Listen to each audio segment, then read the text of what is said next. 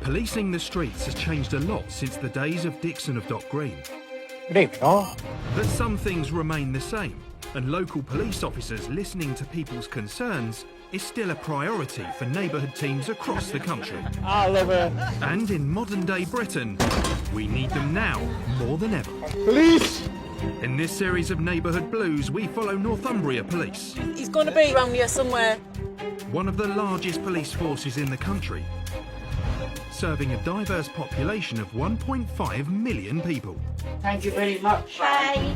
Whether it's tackling troublemakers, I've had problems with you enough. cracking down on antisocial behaviour crippling our communities, You're locked up for drunk and disorderly. or waging war on illegal drugs, Another room full of plants. they keep our streets safe by fighting the crimes that affect us most, bringing criminals to justice at every opportunity.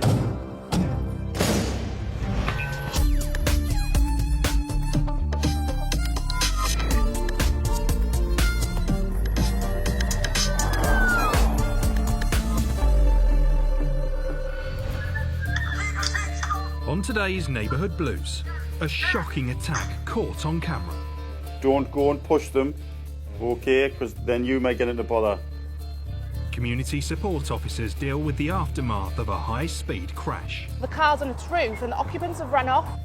Dear me. I don't know how they've walked out of that vehicle, I really don't. And the neighbourhood team are out in force after a spate of arson attacks. Mindless idiots, I think, just going around setting fire to bins.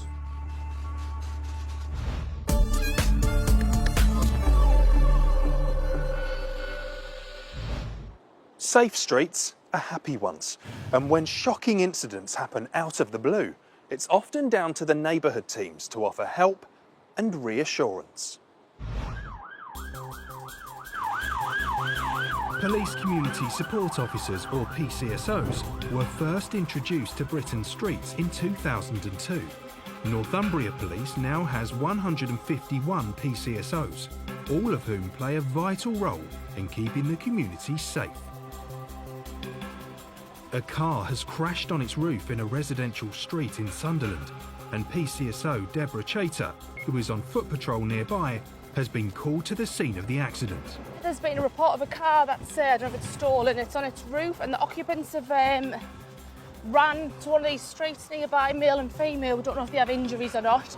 They have been detained by officers somewhere. I can't imagine they're in very good state if the car's on its roof, to be honest, but there's obviously a reason why they've run off. There's no keeper or insurance on the vehicle, so I don't know the story at the moment.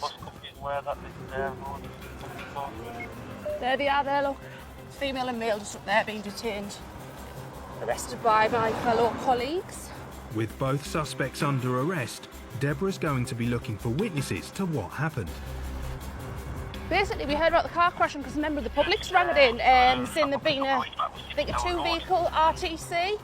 But then someone said, oh, the car's on its roof and the occupants have run off. We've checked the car reg. It's not registered to either of the people that's been arrested. So there's something obviously very untoward going on. Are you free and have you got access to a vehicle? I am free. I don't have a vehicle, but I'm nearly at your location. We're going to go do some door-to-door in the local area, see what's been witnessed by the residents around here, because I can imagine it made a lot of commotion when it crashed. There's nothing else done in front of intelligence was from a job. There's a lot of people out, as you can see, in the street at the minute, so they've obviously witnessed something. Hello. Chris says, obviously, if all I've heard's the bang, it's not really... We just need someone who saw it. Do you want to do that side, then I'll do this side? Yeah, there's not really a lot to do on this side, to be honest with you, boss. Where's the other car that's been hit? Oh, there, the black one. Has anyone been injured, Mick? No. No. Oh, that's good. Thank goodness for that.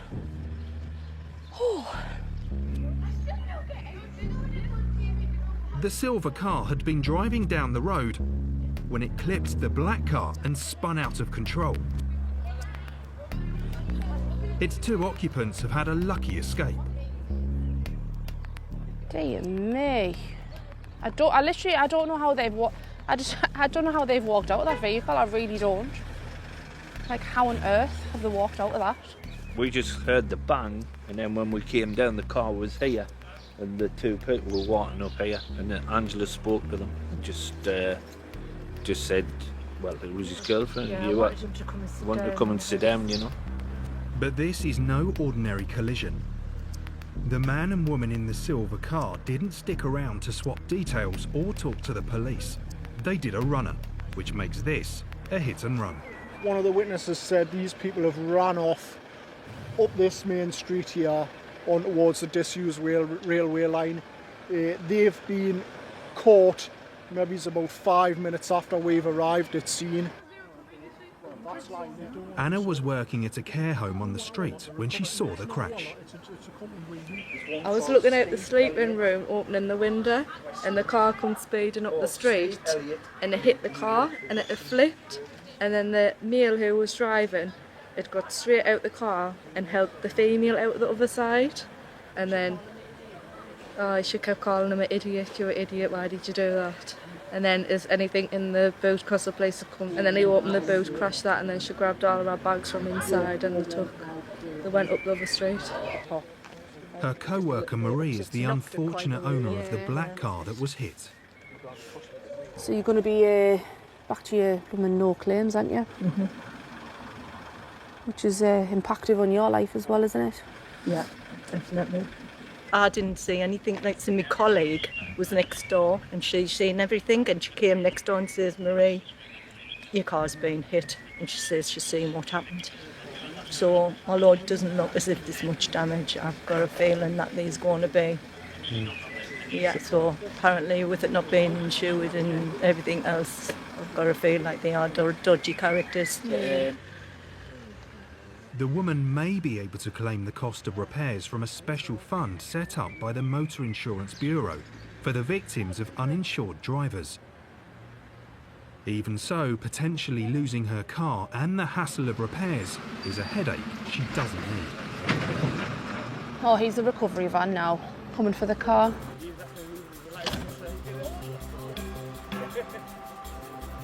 Yeah, it's the main thing, I know the car's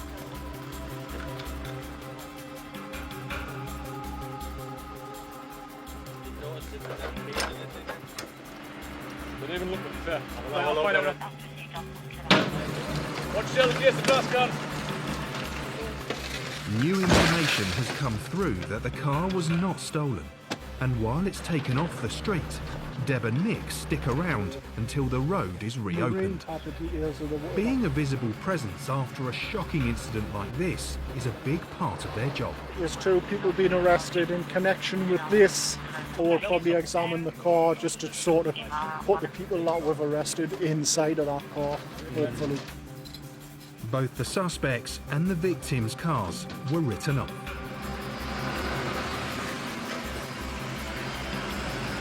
We're going to open the road up now and let everyone get on, and I'll let my colleagues know at the bus service that obviously the road's back open again.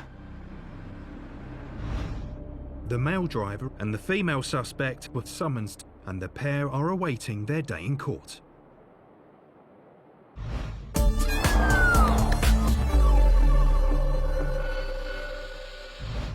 When acts of antisocial behaviour turn into harassment, the police work hard to bring those responsible to justice.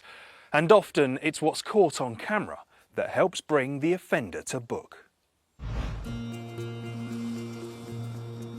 Sunderland, on the banks of the River Wear, was once the largest shipbuilding town in the world. Since the last shipyard closed in the 80s, some parts of the city have had investment. Others have remained in decline. Hendon, an eastern suburb of Sunderland, has particularly suffered since the collapse of the shipbuilding industry, with high levels of unemployment and poverty. However, the Neighbourhood team in Hendon, led by Sergeant Tom O'Connor, is spearheading the drive to improve the area and the lives of the people who live there. He's wanted for a burglary. There's a crime number on. The morning briefing is an important part of the team's day, where ongoing cases and ones that have come in overnight are discussed. Section 20 assault came in, where there was a suggestion that he'd been bottled or stabbed to his back or shoulder area, but he refused to make any complaint and said that he'd fallen over a piece of glass. This morning, PC's Mick Page and Mick Raystrick are visiting a man who the team have discussed a lot recently because he's been targeted by a group of youngsters on his estate. We're going to see a chap who's well known to us. He's just not long ago been the victim of what he perceives to be a racially aggravated criminal damage. He's had his windows smashed at his flat. So with him being a repeat victim of crime, it's up to us to go and make sure that he's getting all the help and support that he needs. So we'll go and see him, see if he's in. Bottom left. Boarded up. The man lives in a ground floor flat, and the abuse from the youths has become a regular occurrence. So the two Micks are keeping a high profile on the estate, as well as making regular visits to the victim. Has he always lived here, by the way? As long as we've known him in Hendon, yeah. I'll give it a go.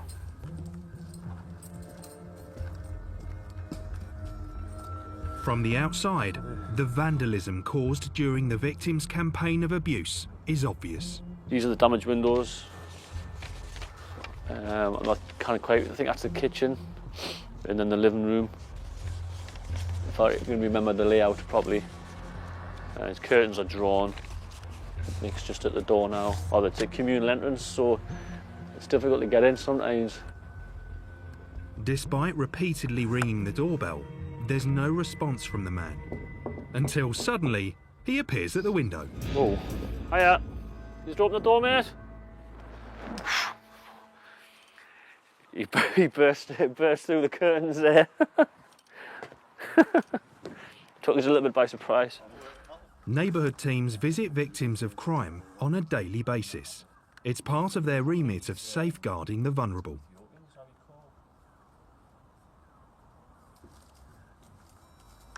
Hello. How are you doing? I'm fine. Are you okay? Can we come in? Can we pop in? No problem. Make sure you're okay?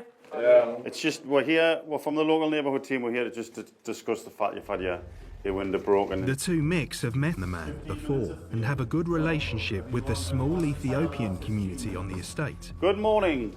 Hello, sir. You all right? They're keen to find out more information about the harassment he's been suffering. Just obviously a window broken a little while ago. Any ideas who it was? It's the outside pane, isn't it? Yeah. They come, they do like this. They knock on the window, When right? we see, they run away. Right. Another day they come, they do like this. When we see, they run away. One day, though, when I see them, right, one stone or something, I don't know. Right, he throws something at your window. Is that what smashed it? Yeah. Did he say anything to you at the time? They cry, they laugh. All right, so they laughed. Then they run away. Certain people, I know them. You know them? I know them, yeah. If I see now. How do you know them? Because they play every day here. Right. The neighbourhood officers need to get to the bottom of why the group were attacking the man in the first place. But nobody says anything to you, is what I'm concerned with. Nobody calls you names. What we're getting at, do you think they're doing it because you're black? Yeah. Or just because you're on the ground floor, or what? I think no, because of I'm black. Right. I think.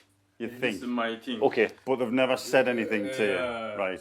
Okay. Okay. Right. That's fine. Because one day I say go there. Right. One boy, no. He said no. Then I catch like this, I throw it. Then you push him? Yeah, I push him. Right, okay. Then the family come. It seems a man has had an argument with one of the youths who was harassing him. Right. Yeah. A lot of things. Just a bit of advice, right? If the kids are here and they're causing you hassle, do you understand hassle? Yeah. If they're here, you need to ring the police, you need to ring 101, okay, and report it.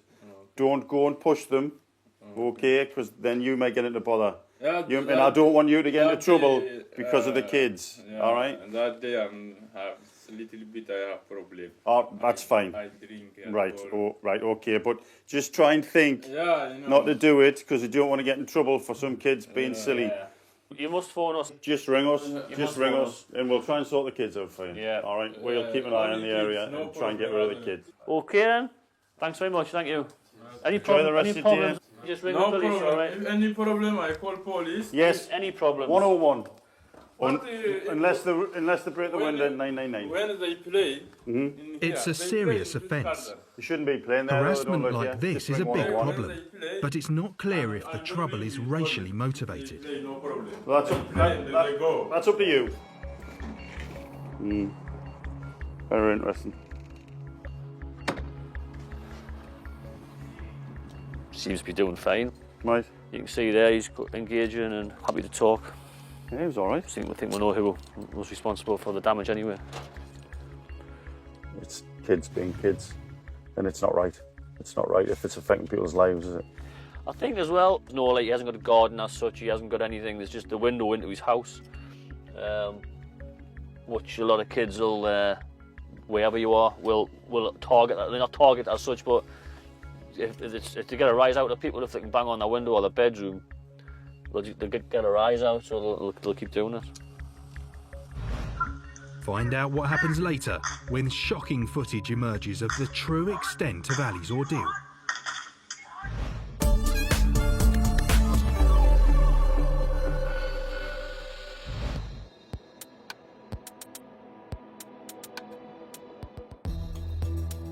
Neighbourhood PCs and PCSOs aren't like other officers on the force. Whilst they're always on hand to react to emergencies, much of their time is spent getting to know the people on their beat and helping to solve all manner of problems. In the Thornhill area of Sunderland, PCs Chris Pennock and Jill Calvert have received a call for help from a lady whose predicament has left her stranded. Whilst in town, we've just been approached by an elderly female who said she's struggling to get into her property. I think one of her internal doors is sort of locked itself, so we've just said we'll pop up and help her. We offered her a lift, which she didn't want one, so we're just going to meet her at her property and see if we can help her get in. Jobs like this are what Chris and Jill's role is all about. This is proper neighbourhood policing, yeah. And that's the lady there who's waving at us.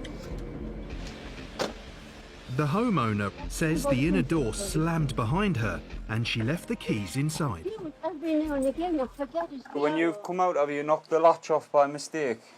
I just banged. Right. Because I never got the key when I got the house. Right. What do you think?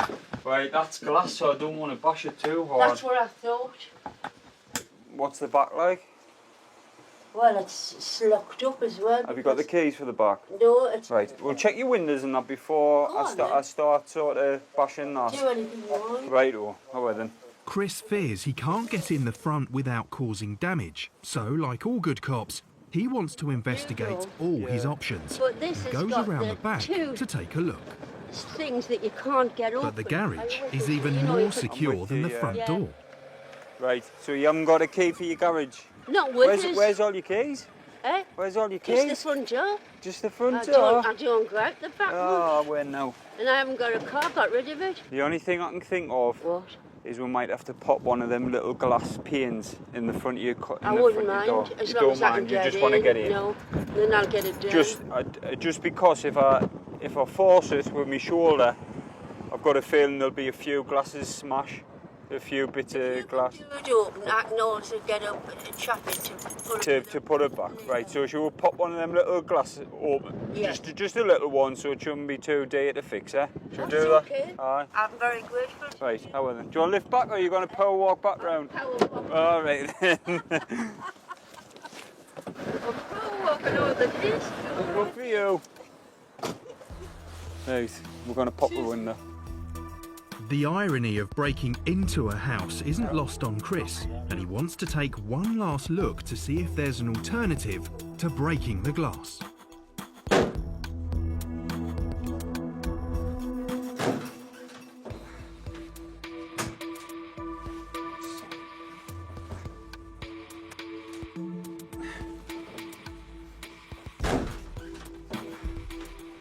but it's no good.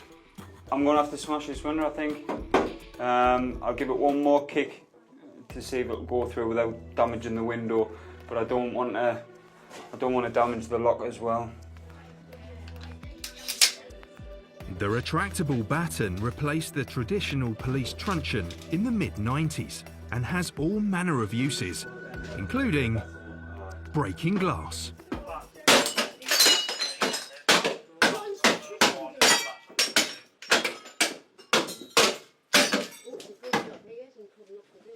Chris is in. Sort of.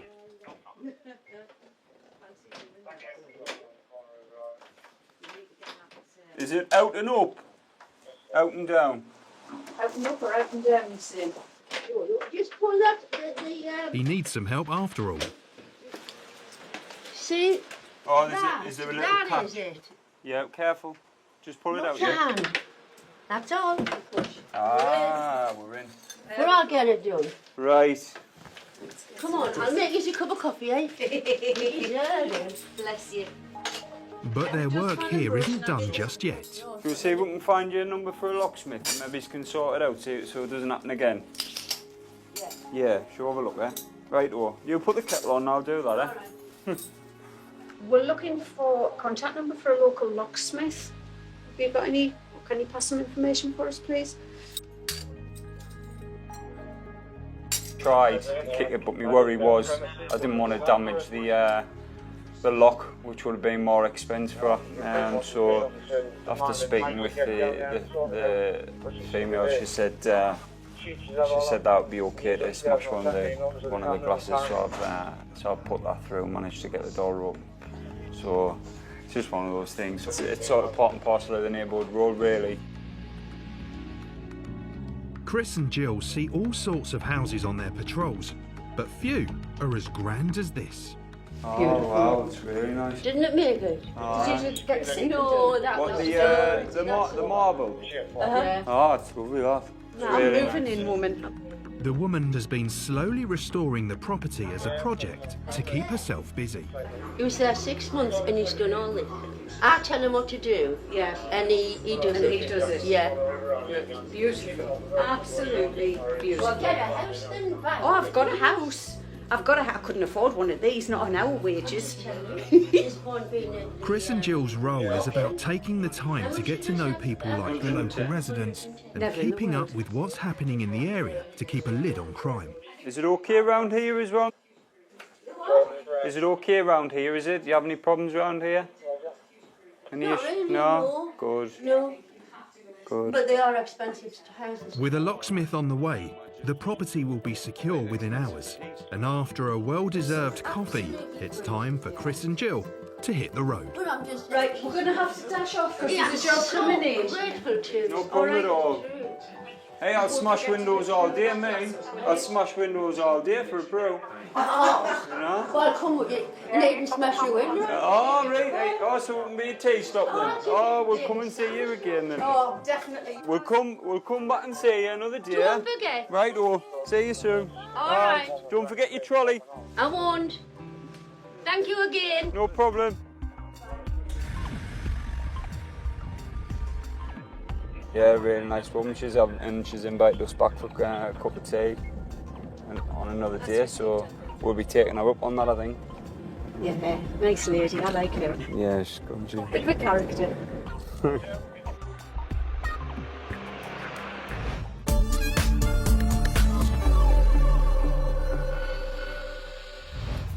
Still to come. An arsonist gives Craig a shock. And the neighbourhood team go to war on fly tipping. So we could potentially have children picking that up. Just so dangerous.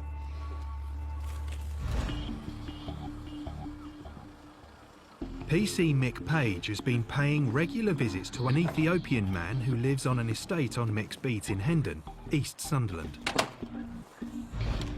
These are the damaged windows. The man's been the victim of harassment by a gang of local youths. They do like this. They knock on the window, right? When you see, they ran away. But But now the harassment has turned into something far more sinister. Since Mick's last visit, a youth has attacked the man's window, which he's managed to film on his mobile phone.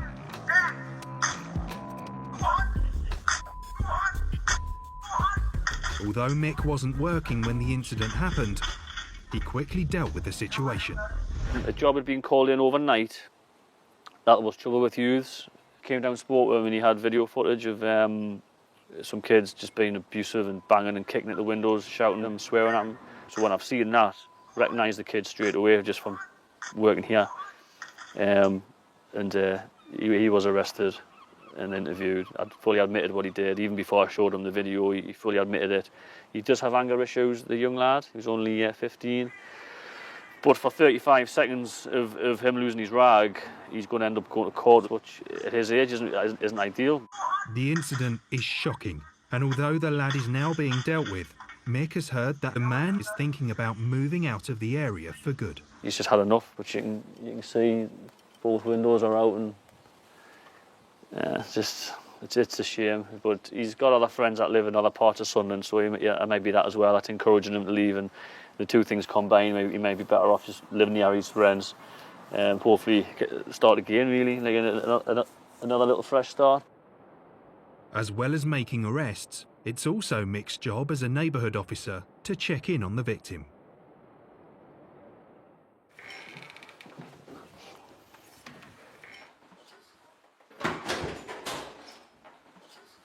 Oh, it's just Michael from the police. Are you okay? I'm fine, I'm good. How are you? You have an arrest? You alright? Yesterday I got sleep. Oh, okay, I just thought I'd pop down. I thought I'd come back and make sure there's been no other problems. No, I'm not seeing anybody now. Good. But I don't know. Yeah, well, I've been keeping an eye, obviously, in the area. I've been around. Just wanted you to know that we're still here to help you. The neighbourhood team are still going to be around. Make sure that you're all right. So. Yeah, I'm good, no problem. But maybe I change house. Still thinking of moving? Yeah. When? Is it any time soon? When the house available. When it's available. Are you looking forward to that? Do you want to move? Yeah. Do you want to? And I want to move back. Oh, that's a shame. We're just getting to be friends as well. Okay, well, I'll probably pop back next week. Maybe I'll speak to you on the phone maybe next week. Just see how you're getting on. And you can let me know if you're moving, all right? All right, I'll pop round next week. Okay. All right. All right, nice to see you again. The abuse the man suffered and the location of the ground floor flat means he no longer feels safe where he lives. But Mick is glad that he seems to be doing better since an arrest was made. Bye-bye. Bye. Doing well, he's doing better, he's improving. And he's no bother, really. We've tried to nip it in the bud with the kids. And it's a pity. He's a canny bloke, you know. He's nice to go in and say hello, but whatever makes him happier.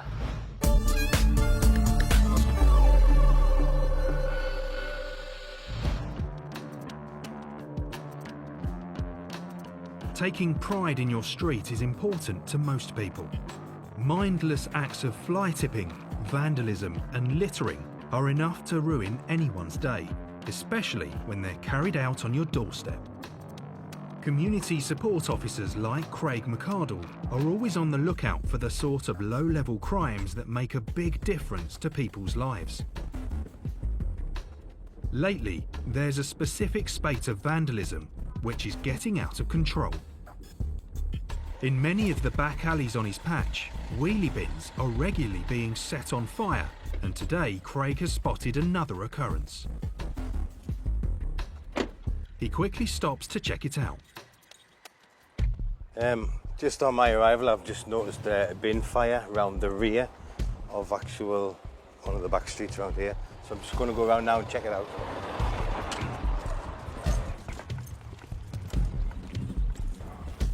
The fire has taken hold in the bin quickly. It's hardly an inferno, but Craig keeps his distance. Craig knows an unattended fire like this can quickly turn into a bigger, more deadly one. Yeah, could I have the fire service to the rear lane of Marion Street, please? We've got a bin fire going on.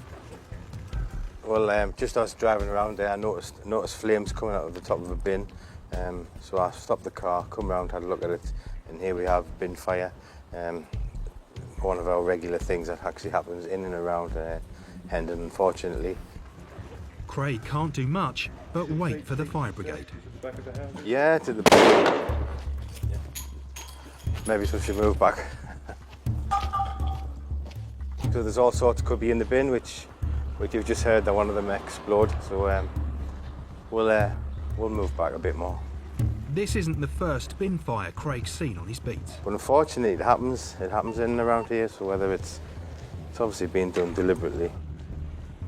Craig hasn't been here long, but the fire has already pretty much destroyed the bin. As in when you're doing your patrols in and around, probably you do come across them now and again. It's just mindless vandalism, really. People don't realise how dangerous they can be. When I first seen it, all I saw was the bin with a bit of smoke and a very small flame coming out of the lid. And minutes later, it's going off in a big bang. Oh, there we are.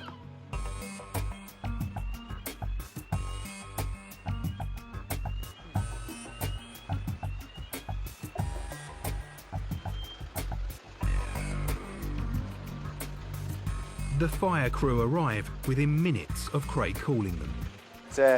It's just gone bang there like crazy. And immediately get to work on the blaze.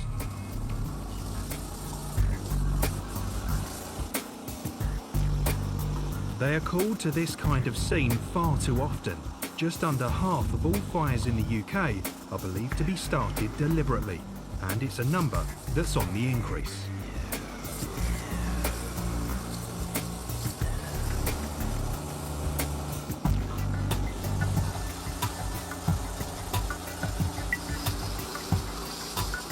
It doesn't take long to put out the flames, and while the crew make sure they're all extinguished, Craig spots another potential fire hazard. There's another property which has got absolutely a pile of rubbish in the back, which that is in contact with the house. This is like the outer buildings, so there wasn't so much a big concern. But if that does go up in flames, we're talking about a house. And I'm not sure actually who lives there at this time. Brilliant, thank you very much. Awesome, thank you very much. Right, cheers.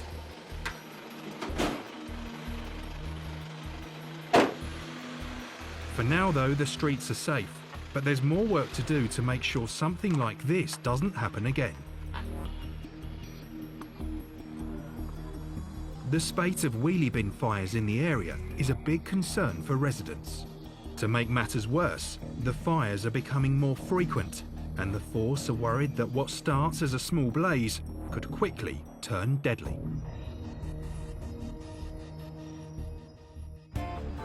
This is exactly the type of problem the Neighbourhood team could try to sort out.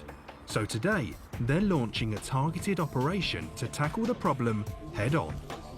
PC Kevin Hood, accompanied by a small army of police cadets, are hitting the streets to do something about it. Come on, let's move it, move it. Off road. You go. This here is what we use for the arson task force. These are put on the bins, where they go over the bins so they're locked. And they've got to basically look at these stickers to open them. Last year, over 800 wheelie bins were stolen in Sunderland, and dozens more set on fire by vandals.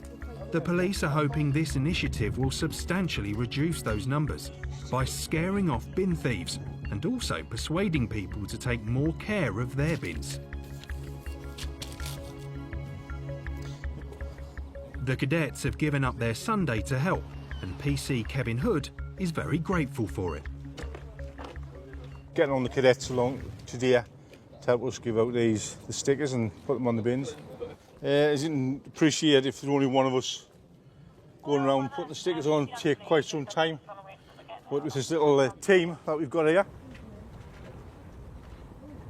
I know when I was their age, I wasn't walking around the streets doing things like this, playing football or whatever, or going fishing.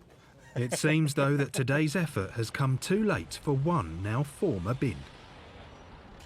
As you can see on the floor here is remnants of one of the blue bins. Mindless idiots, I think, just going around setting fire to bins. And one unpleasant consequence of there being fewer bins is that there's now a lot more rubbish on the streets. Rubbish in real lanes, and just for a free number, that's off the council. You get one person who leaves the rubbish out, and then it just encourages other people to do that, and also invited a lot of crime into that area. So it's just about a little bit of respect for where you live. Simple. State of this here. Oh, that's what the bins are for. If the bins get stolen, where they're going to put the bin, where they're going to put the rubbish. Hopefully, council will come out and clear it up. Fingers crossed, they'll put the rubbish in the bin the next time. A proven study called the broken windows theory suggests areas which have high levels of litter, graffiti and vandalism are more likely to suffer higher rates of crime. So initiatives like this can clear up the area in more ways than one. That's just disgraceful, that. I mean, that isn't it? Well, that again, like... It almost looks like a shop stuff, because... Like boxes? Yeah, I was just looking through the top there to see if there was any of the stuff that was there had any like addresses on or anything, and would go and report them, because it's absolutely shocking that. Yeah, that's just going to attract vermin. It's absolutely foul. Just get that. And Sunderland's close proximity to the sea means scavengers don't always come on the ground. That's the problem with not being put in bins, isn't it? It's in plastic bags and you've got all the seagulls looking for something to eat, ripping the bags open. Medication, so could potentially have children picking that up. Just so dangerous. So we'll have to take that and put it into property. We can't leave, I don't know what it is, but we can't leave stuff like that lying on the streets. But yet it'll cost taxpayer money, because we'll have to get the council out to move that, because it's, potentially a fire hazard. The mattress is. If the police can find evidence of who's dumping the rubbish, they can prosecute the fly tippers. But Kirsty's having no joy. However, the operation has been noticed by local residents. This lady is fed up with the wheelie bin issue and is glad to see the neighbourhood team doing something about it. I mean, like you're saying, is the problem. The reason for that is more than likely because they haven't got bins. The bins are being stolen. Bins are being left out, so we're seeing that bins are being left out, so that's what we're doing this for. So we've got these stickers here, which are the arson ones. Good. And we've also got these here. So what's happening is they're getting put over the bins, as you can see there. Put over the lids, so to open the bin. Set fire to one out my back door the other day. We've had a few. I've had a couple back at Hilton Road and that. We've just seen one on St Mark's Crescent there. Again, just the plastic all burnt all over the place. We had a few people out mentioning about the litters and the bins, which it shows us that people are taking an interest in what's happening. They do see the issue of the wheelie bins being out, and if we can cut that down, then it's going to be a massive help.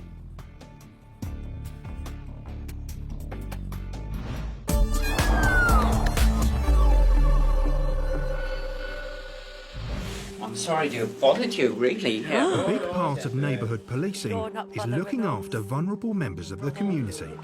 You're living here on your own, aren't you? All on my own, I've got nobody. In Hendon, east of Sunderland, PC Mick Page has been paying regular visits to a man who's been targeted by a gang of youths on his estate. They ran away. Right. Another day Things came to a head when a teenager hurled abuse and damaged his window. The man filmed the incident on his mobile phone. The man suffered so much, he's decided to move away. So Mick's popping in to pay him a final visit.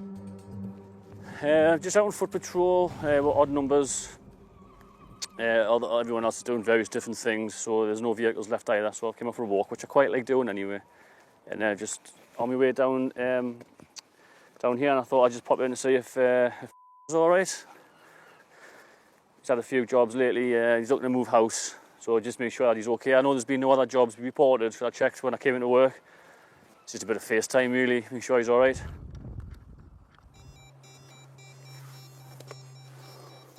Mick's been in contact with a man social worker who's told him about the imminent move. I spoke to Gemma yesterday about your house move. She said around of city, no far from city. Yeah. Just the other side. Yeah. Is that okay for you? Yeah, good, yeah. Excellent. Have you not been given a date or anything yet? No. All right. You're having a bit of trouble here, aren't you? So we all think it'll be a good move. Okay, no problem. All right.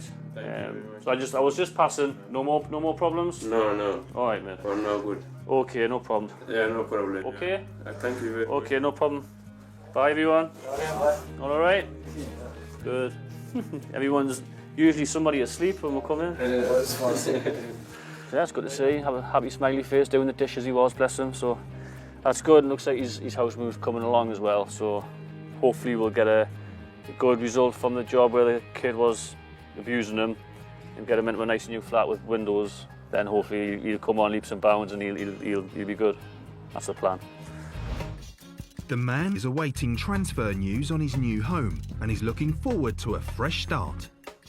The abusive lad was served with a restraining order and referred to a youth offending team.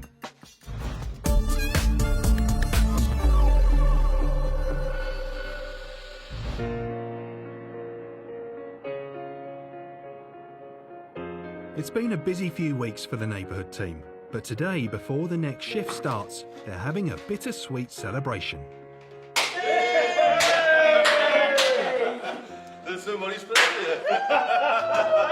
It's Sergeant Tom's last day before he retires. Have you seen for one last time, Sergeant? Thank you.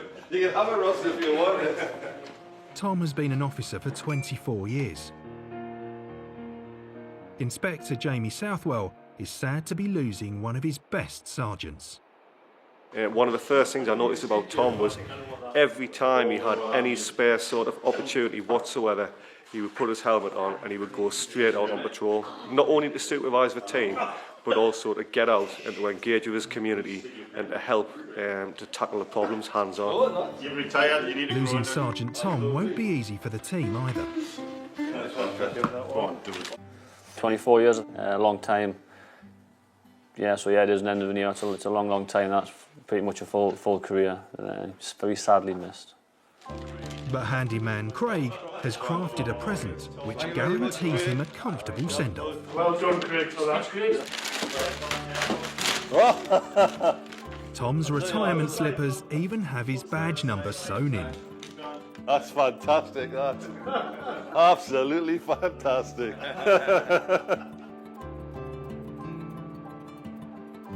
It's been a pleasure the past 5 years, and from my point of view, I couldn't have worked with a better team. I hope I've served the public and the community well.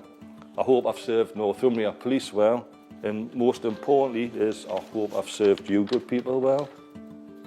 I've really enjoyed it, and that's it from me basically. Thank you very much.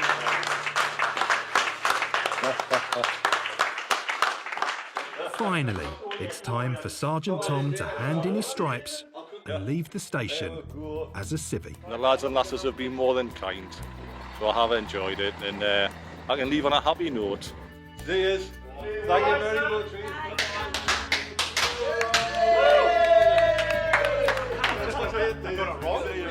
I'll miss the job in some ways, but I'm looking forward to just chilling out as well, because at the end of the day, it's a job with lots of pressure. So I just enjoy my quiet time. No! Been emotional, Tom. But still think of people when I'm not here, for at least a week.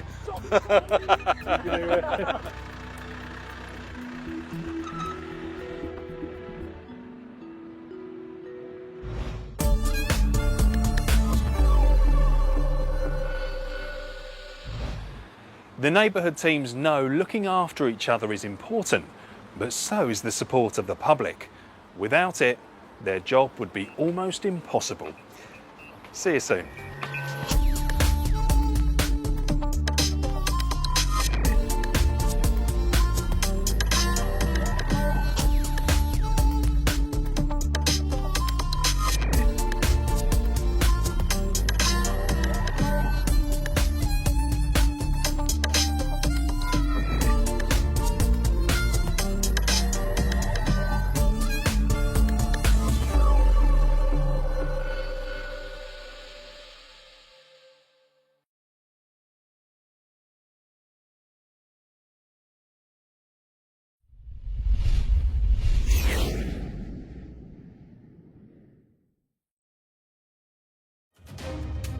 Policing the streets has changed a lot since the days of Dixon of Dock Green. But some things remain the same, and local police officers listening to people's concerns is still a priority for neighbourhood teams across the country. I love it. And in modern-day Britain, we need them now more than ever. Police! In this series of Neighbourhood Blues, we follow Northumbria Police. He's going to be around here somewhere. One of the largest police forces in the country, serving a diverse population of 1.5 million people. Thank you very much. Bye. Whether it's tackling troublemakers, I've had problems with you enough. cracking down on antisocial behaviour crippling our communities, You're locked up for drunk and disorderly. or waging war on illegal drugs. Another room full of plants. They keep our streets safe by fighting the crimes that affect us most, bringing criminals to justice at every opportunity.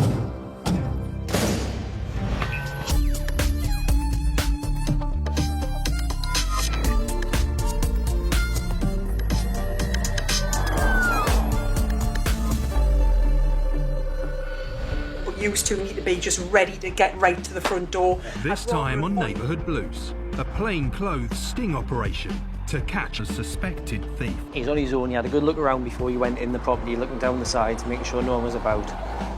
An act of vandalism leaves a whole street enraged. This would be the second call in this week that we've had reports of cars being damaged. And the neighbourhood team are hot on the heels of a mysterious shoplifter. I have no ideas at this moment in time who he is, but I'm quite sure he'll be identified shortly.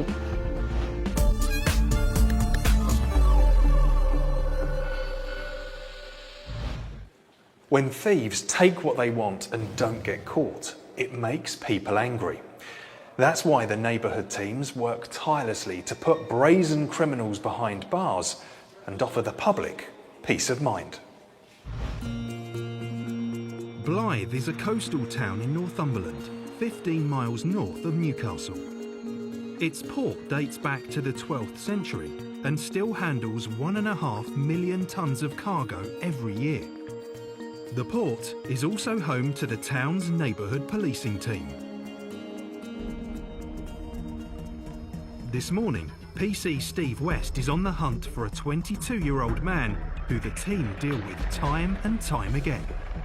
The man has been arrested 25 times and is constantly making trouble in Steve and colleague David Ossell's neighbourhood. Today, he's wanted for breaching the bail conditions of a serious offence. He had already been arrested, but was released and had to stick to certain restrictions, which he hasn't done. And it looks as if it's Steve and David's lucky day. Before they reach the first address on their list, they spot him walking down the road. I think he got out on you. Breach of bail. Yeah. But Ian. You got anything you shouldn't have? Well, we'll get a custody, we will. Right, what's your head? What's your head? This is one of the chaps we've been looking for. So sometimes right place, right time. He's wanted for a breach of bail. Goes back to he gave his bail address as an address we now know has been boarded up and not being lived in, so we're taking him back down towards the police station. One of the conditions of his bail was to stay at his home address, which he hasn't been doing, and that's why they've arrested him. That's why you were cuffed in the first place. We got something. Now can you do it now? Can't food in this. When we get sat down and Can't food in this. right, I heard you the first time. I'll get it off as soon as we get in. You know what I mean? He's not particularly happy because he's breach of bail. He'll be getting kept overnight for tomorrow's court. So, and he obviously knows that. He's a wily fox, so he's not very happy. He was taken to court the next day, where he was bailed once again to appear in 6 months. But just 10 days later, and he's in trouble again.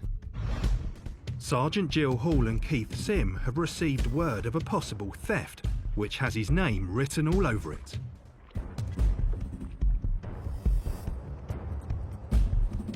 What's happened? What's gone from here then? The telly. Right. The suspect and a mate of his had been allowed to stay at the property because they said they were homeless. But he's repaid the favour by stealing the TV. So this is how it's been left. This isn't your stuff, I take it. So these cans that are here, whose cans are they? Certainly not mine. What was wearing? Blue jumper, grey pants. Did you say? Nike Airs. What colour? Blue, green, white. From the report, it appears the suspect is wearing the same clothes he was wearing when Steve and David arrested him days earlier. Jill takes down the make and model of the TV, while Keith puts word out that the man is wanted Adidas, again. Jogging bottoms with orange stripes, wearing a blue jumper, grey pants.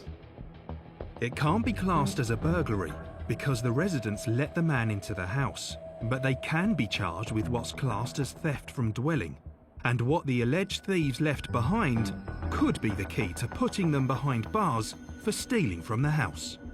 As you can see, there's cans and dirty food dishes and bits of food, and we've obviously got a bong down here.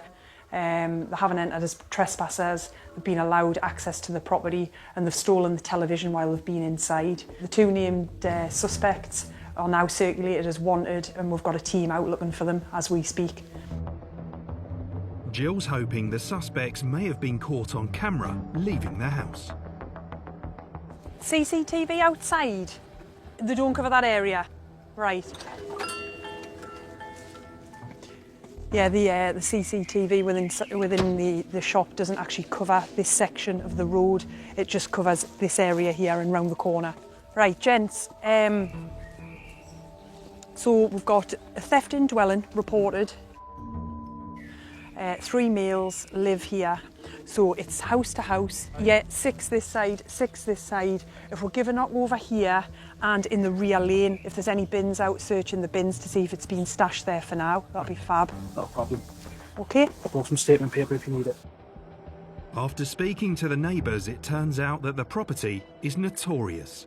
It seems this isn't the first time they've let people in off the street for a party. I've only had a look up the rear yard. No bins out. Is there a bin at the There's top no. or?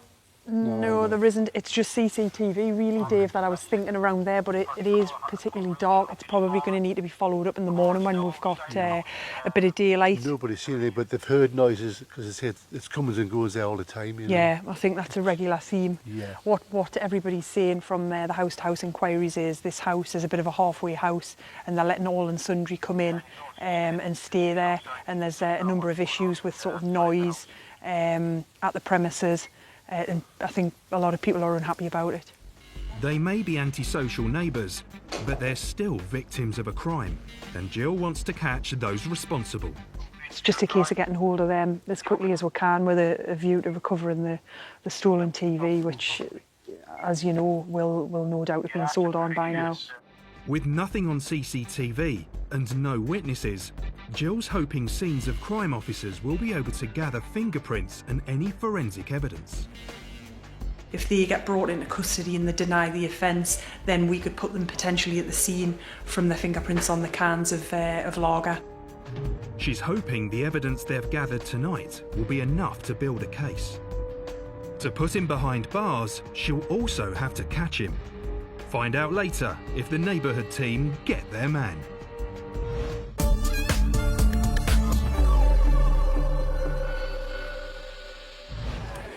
Shoplifting costs the UK economy more than £300 million each year.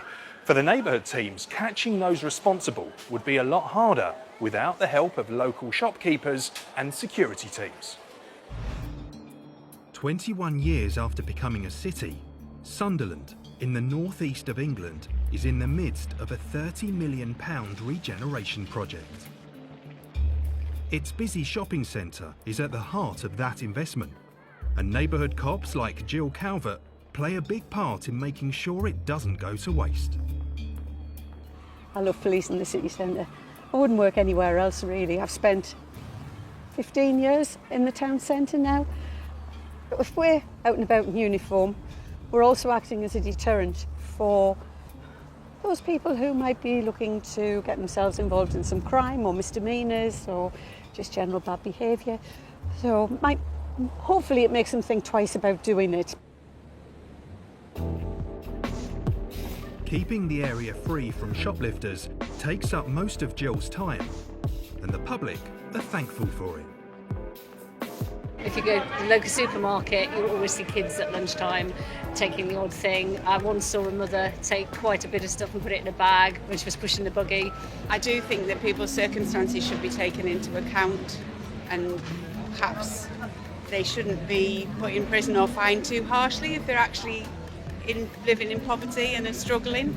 If, you know, someone's shoplifting and they're like an addict or whatever, their addiction should be treated like not the crime, really, because you can't rehabilitate someone by like just punishing them all the time. This morning, Jill and PC Steve Stringer have received a call about a theft in one of the department stores on the high street. There's been a call received that they've had a possible theft about an hour ago.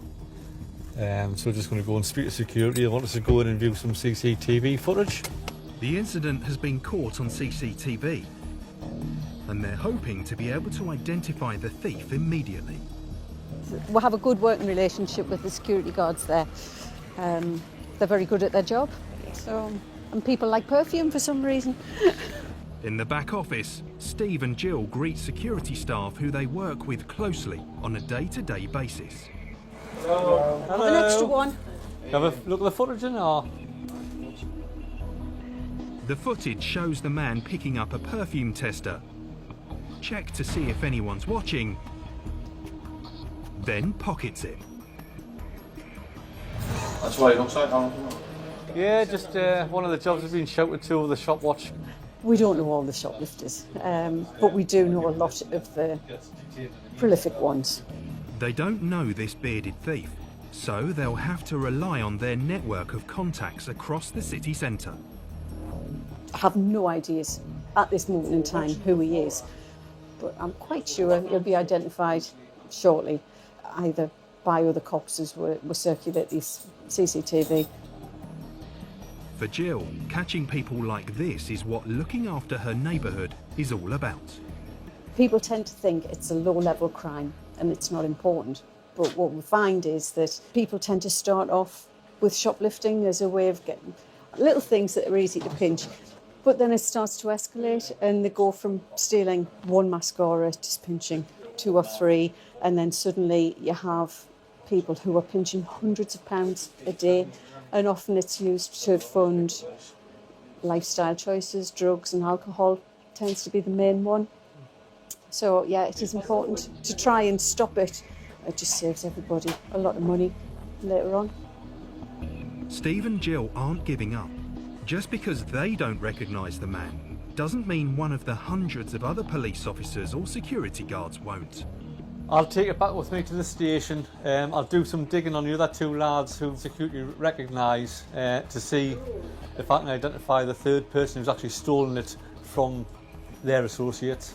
Otherwise it'll be circulated force-wide on an intelligence bulletin to see if anybody recognises him. With the CCTV footage printed off, now it's time to head back to the station to do some digging. It's been nice seeing you. It's been a pleasure, once again. Find out later if their persistence pays off.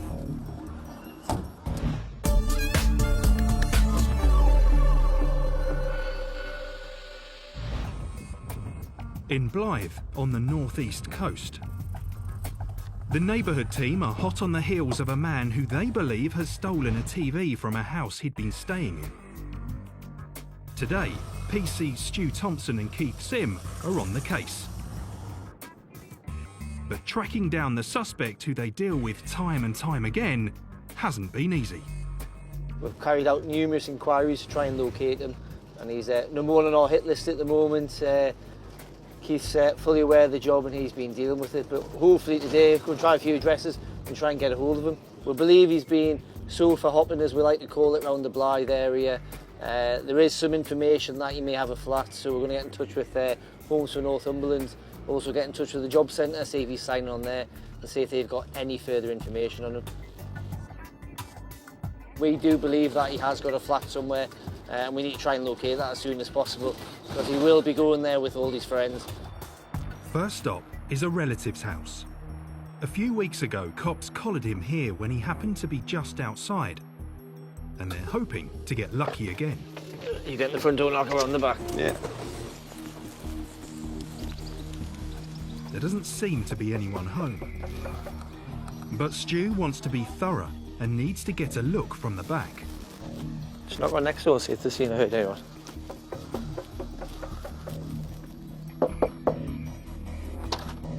Hello, I'm just trying to see if anyone's been in next door.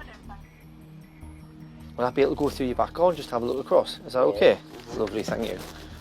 There's obviously a shed and a couple of outhouses there, so it's a possibility that they might be sort of sleeping there without anybody's knowledge, you know. But Stu has no luck. Climbed over into the back garden, no sign of life, 4 big German shepherds, and that's about it. As they're about to leave, a family member turns up.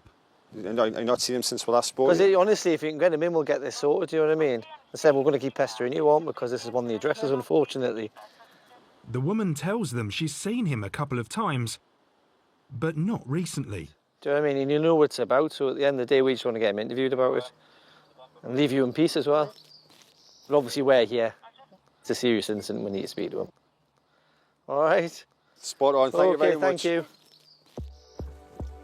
We've asked her if he does return there to give her a call, which unfortunately she won't, but we can only try our luck with it basically. And we will keep going there and we will return there to try and get a hold of him. The search continues.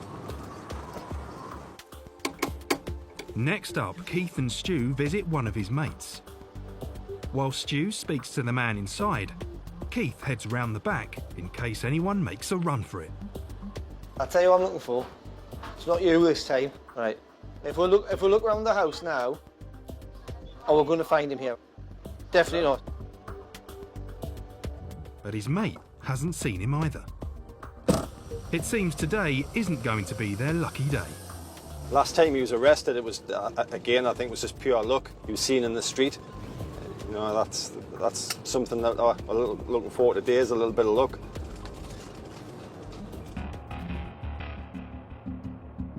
One last try. The suspect was recently seen at a block of flats nearby. Hi, sorry to bother you. I just noticed your door was open, to be fair. We're just doing some checks to see if occupants, if you have been back at all, seen them.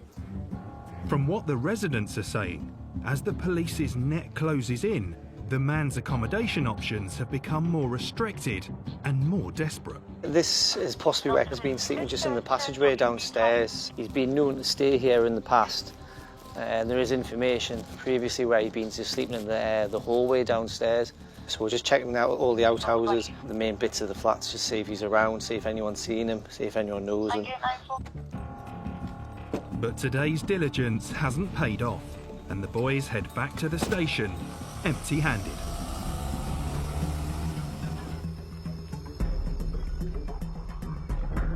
But the game isn't up yet.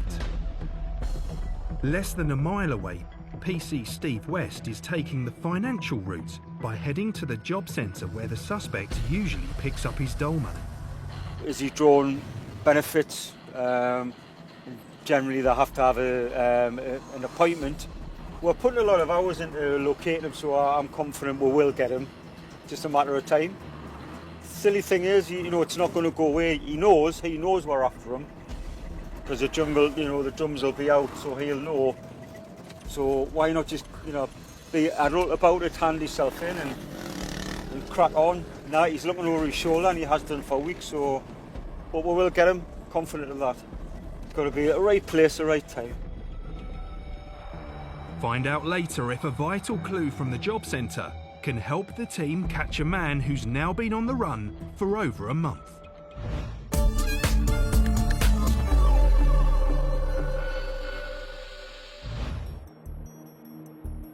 In Sunderland Central, less than a mile from the shopping centre, PC Steve Stringer is reviewing the CCTV of a bearded shoplifter who stole a bottle of perfume.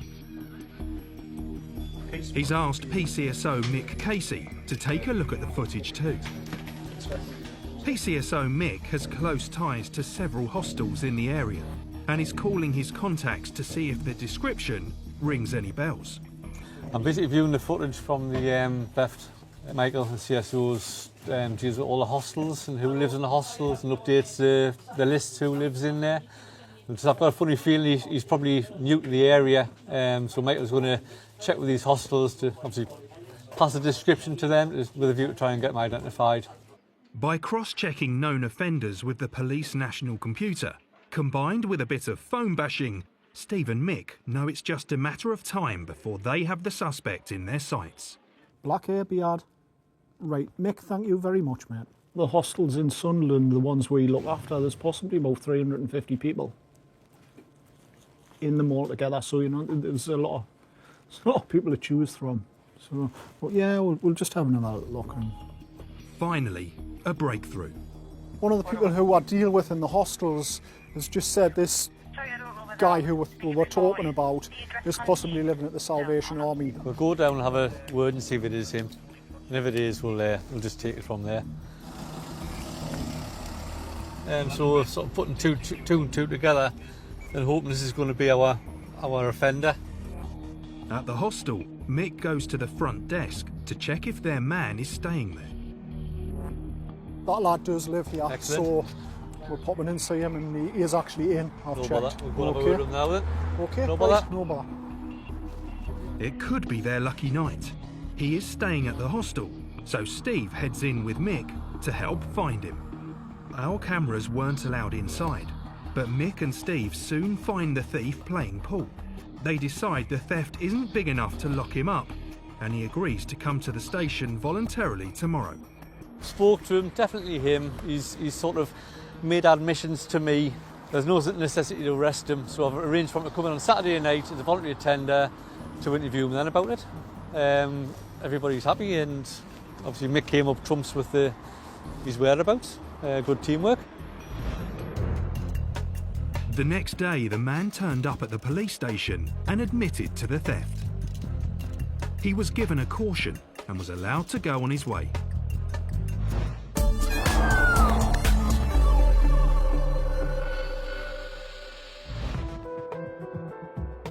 In Blythe, the Neighbourhood team have made a breakthrough in the hunt for the man who allegedly stole a TV from a house he'd been staying in. Investigations have revealed the man is regularly attending appointments to pick up his dole money at the local job centre. So now Sergeant Jill and her team have a time and a place to potentially catch their man. In order to surprise the suspect when he picks up his dole money, the team are setting up a plainclothes sting operation, and Jill's leaving nothing to chance. Plan is head down to the town centre for about 3:30. Stu's plain clothes, he's going to be opposite the employment services with Dave, both in plain clothes. Keith is going into employment services. We've spoken to the manager. Right at the back, we've got an area where you can go where you wouldn't be seen. He's obviously due to go in at 4:30 to sign. Steve and Claire, if you can have a marked vehicle out of the direct area but within enough space for the call to come through to come and assist with transport. Plan is Keith will make a phone call via phablet, not on the radio, to Stu once he enters the job centre. When he's about to leave, apparently he's going to be in there 5 minutes doing his bits of signing, and we'll literally get Keith as they're going out, but you two need to be just ready to get right to the front door. I'd rather avoid we're having like a scrap on in the middle of the job centre where there's potentially other people. After weeks of door-to-door searches and intelligence gathering racking up hours of police time, Jill is confident today's the day they'll get their man. 4:30, he's going to tip up at the job centre, so we are just looking at what contingencies we can put in place in order to get him detained there and arrested for the burglary. So hopefully get a hold of him. We've been trying to get hold of him for a while. He knows he's on his toes, so hopefully we'll sign him today.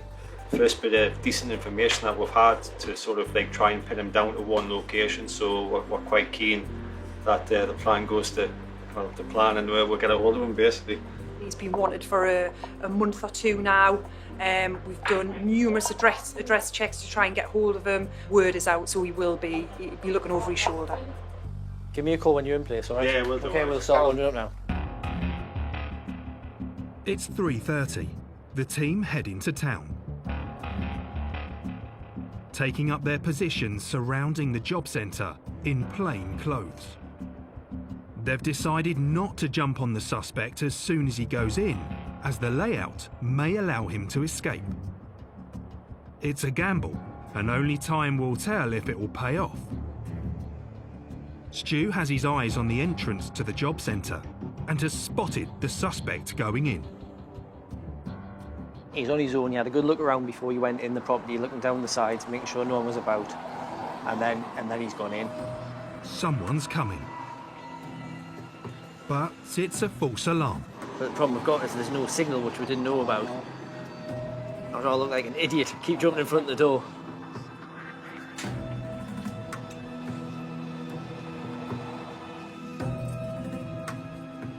He's walking out, Chit.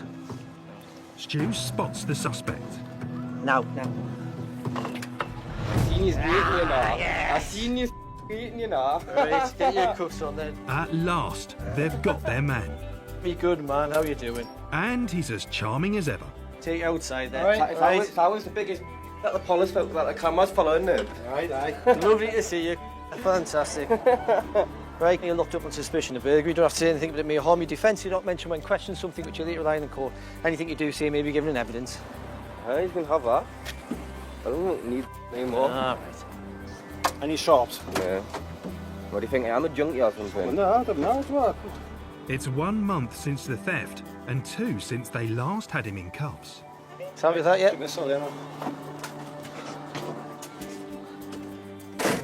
Yeah, it's a good result. He's been wanted for a while for burglary now, so it's over to a CID team to deal with and interview him from there. Since he stole the TV from the house he'd been staying in, the Neighbourhood team have slowly but surely been closing in on him. Now, thanks to a successful plainclothes operation, this persistent offender will finally have to answer for his crime. Although the team have no doubt it won't be the last they see of him. As you can see, he's a very polite young man. That's what we have to deal with in society on a daily basis. And I've got no doubts if he gets out and about, he will commit crime again. You know, the likelihood is if he gets charged with this offence, he could be remanded and could be going to prison, so he's probably conscious of that as well. So that's the last thing he probably wanted. Hence the reason why he hasn't handed himself in.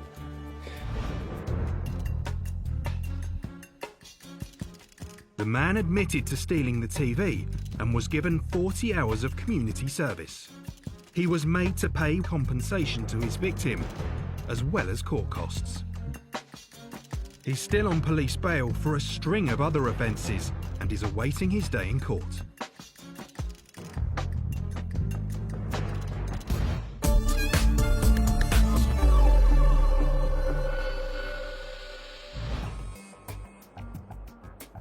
One mile to the west of Sunderland city centre, PCSOs Mick Lister and Andy Carr are on foot patrol.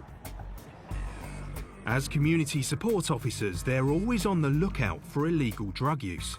But when it comes to sniffing it out, one illegal substance is Mick's speciality. I've got a good nose for cannabis, to tell you the truth. We're out and about, even when it's on somebody's person. You know, it's so distinct, the smell, you can smell it straight away. Cannabis is a Class B drug. When ingested, its main active chemical, tetrahydrocannabinol, or THC, can make the user feel relaxed. But it can also create feelings of paranoia and cause serious physical and mental health problems. The drug is illegal, and today Mick has caught a whiff of that unmistakable odour. Just around the corner, they see a man acting suspiciously. When questioned, he hands over his drugs and other smoking paraphernalia. Is that in that? But to be fair, you haven't got a great deal on you, you know. The man has done his best to hide the drug by using a smell-proof bag, but nothing escapes this PCSO's nose. I think as soon as we walk up there at the back lane, you can smell it straight away, to be fair. It's very distinctive. I suffer with really, really bad arthritis off anybody. Do you know what I mean? Right? And that helps. The man is disabled and can't walk. He tells Mick and Andy that he smokes the drug to reduce the pain of his arthritis. My leg, I got it cut off, my foot chopped, 2 arthritis. My foot had all fused together, and then the arthritis had kicked into my foot and started rotting bones away. Mick and Andy want to be sympathetic, but the law is the law, and they're not happy about where he's using either. And where you are at the minute, there's kids right behind you, the dance studio and stuff like that. He tells them he's an inpatient at the hospital just around the corner and goes out for a smoke on his way to the shop before heading back in for treatment. He's been hospitalised for 2 months. Obviously, he's got arthritis. Obviously, he's in an electric wheelchair there, as you can see. So basically, the answer may be to street bail him, maybe get him to come to Southwick to come in as a volunteer attender.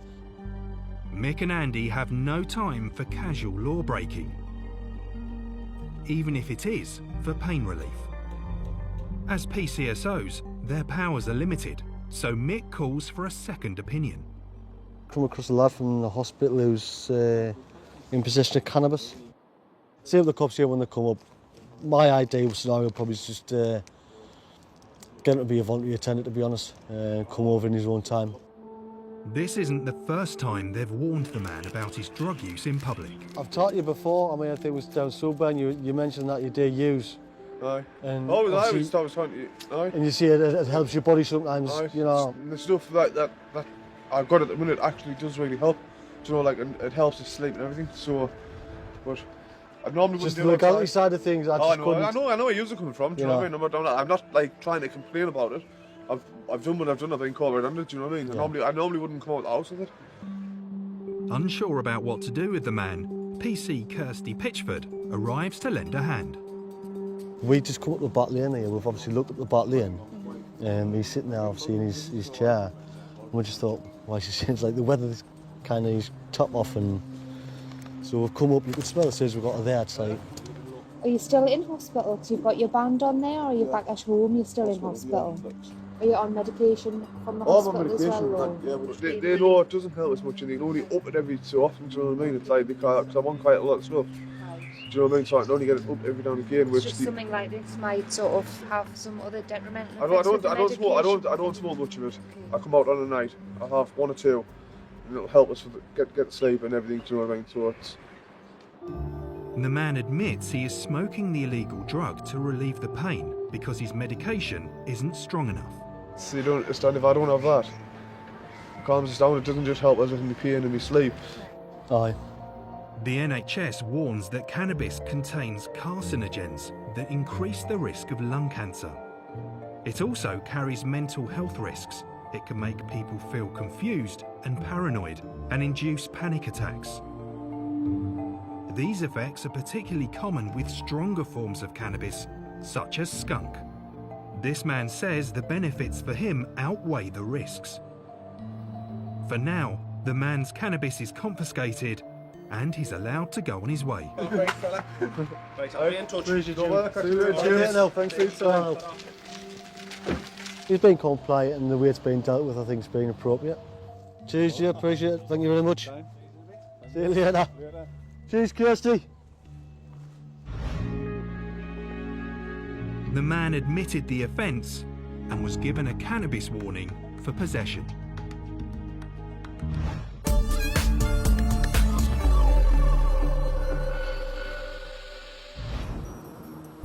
In Sunderland city centre, PC's Jill and Steve are working with local businesses to keep shoplifters out. Protecting the high street from light-fingered visitors needs communication and teamwork, and not just from other police officers. That's why each month Steve and Jill get together with security staff and management of all the shops in the city centre for a shop watch meeting.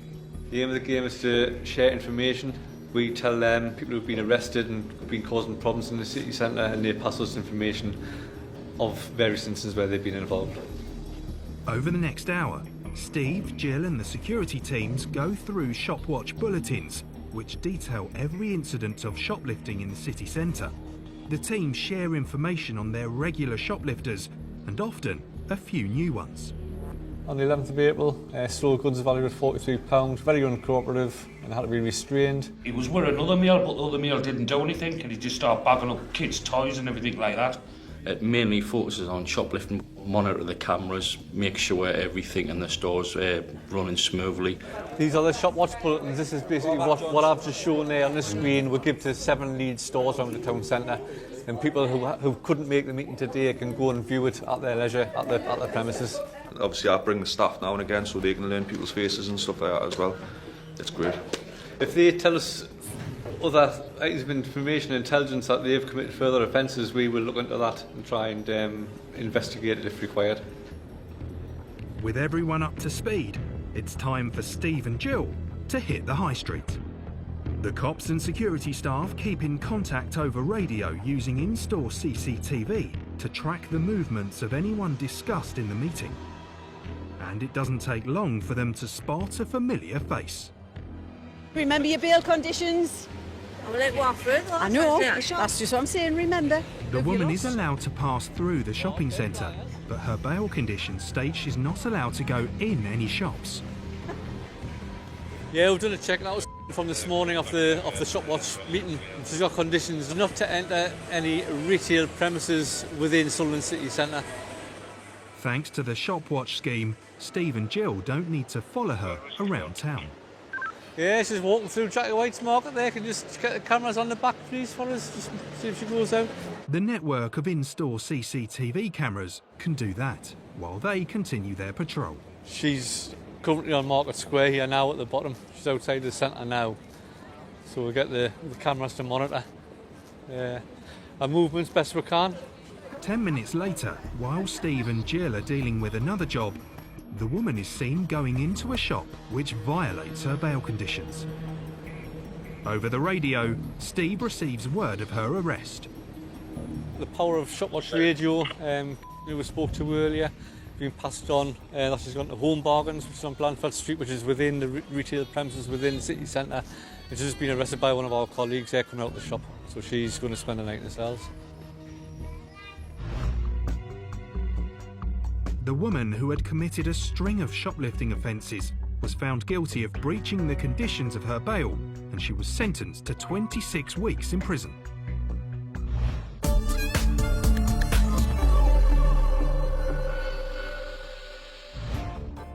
Back in Blythe, it's Saturday night, and Richie Hanson and Jen Crawford are gearing up for a night on the town. Richie and Jen have been working together for 5 years. Before working the same beat, the two community support officers had very different careers. I went through, obviously, school full-time and had the summer holidays to decide what I wanted to do, and I ended up being a hairdressing apprentice, and I stuck at that for 9 years before I joined the police. Left school, joined the Royal Marines, spent a little while with the Royal Marines. 10.5 years ago now, I heard an advert on the radio for the roles of PCSO, applied for that and got it. For Jen, swapping blue rinse for blue lights was the best decision she ever made. Best part of the job is obviously being able to help people and making a difference to people's lives, and obviously getting sort of a good response from the public. A typical Saturday night shift in Blythe consists mainly of dealing with youngsters causing trouble, and it's not long before the first call comes in. We've had a call from the bus station manager reporting 15 kids in the bus station causing chaos, so we're heading down now to see if we can get them stopped and get them spoken to, see if we can identify who's actually been doing it. Jen and Richie know large groups can be intimidating for locals. They don't want these youths scaring those who want to use the buses after dark. Can you pick anyone out in particular? Well, I'm not trying to get the bus, I'm just causing it. They're just causing havoc. Right, we'll go and speak to them. Right, if you're not waiting for a bus, you need to move away from the bus station. Alright? No. You need to move away because it's getting evidence of all the ESP. So if we ain't waiting for a bus, you need to leave.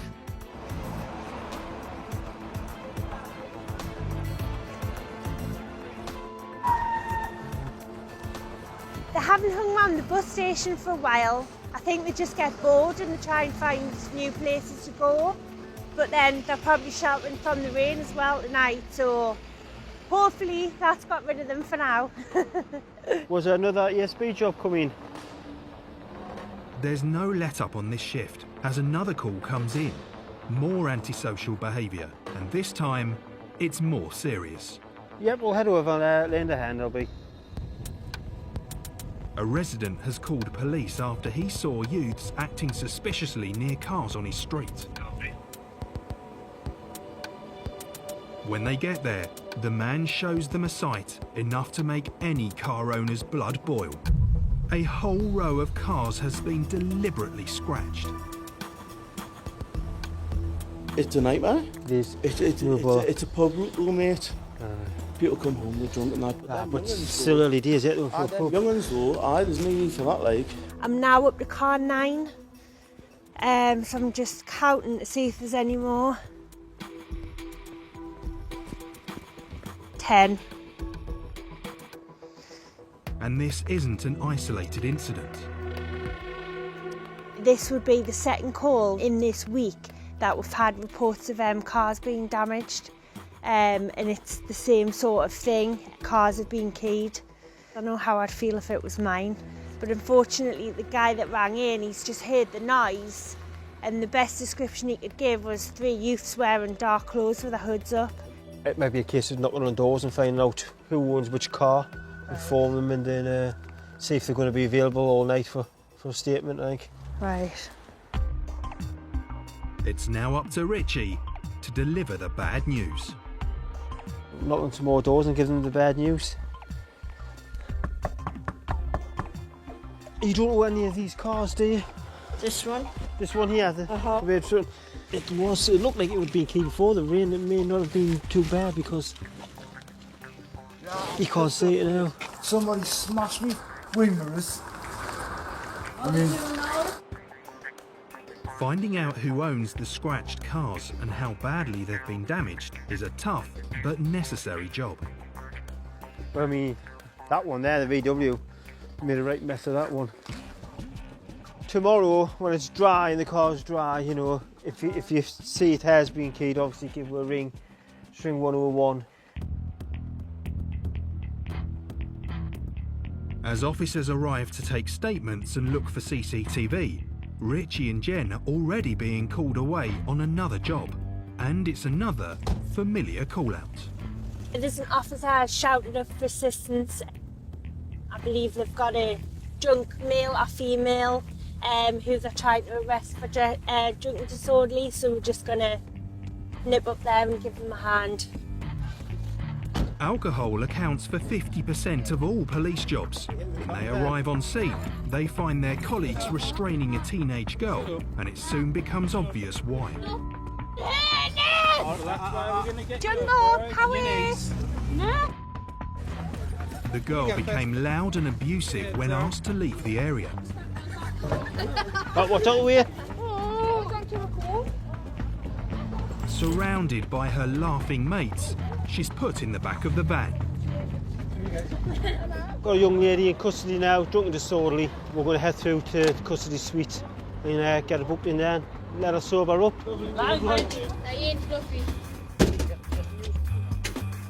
After being locked up, she calms down and even appears to get a bit of shut-eye.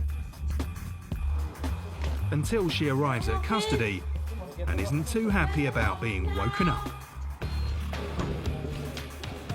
The neighbourhood team will only bring someone into custody when absolutely necessary, and are hoping the shock of being in the cell for a few hours will teach her a lesson. She's been locked up for drunk and disorderly. She wasn't very happy at all that she'd been taken into custody, but unfortunately, that's what happens. The girl's parents are called, and she was later released without charge, although she later voluntarily attended a police workshop about the serious impacts of alcohol on herself and her community. In total, 19 cars were scratched during the act of vandalism, but officers could find nothing caught on CCTV, and no one was arrested.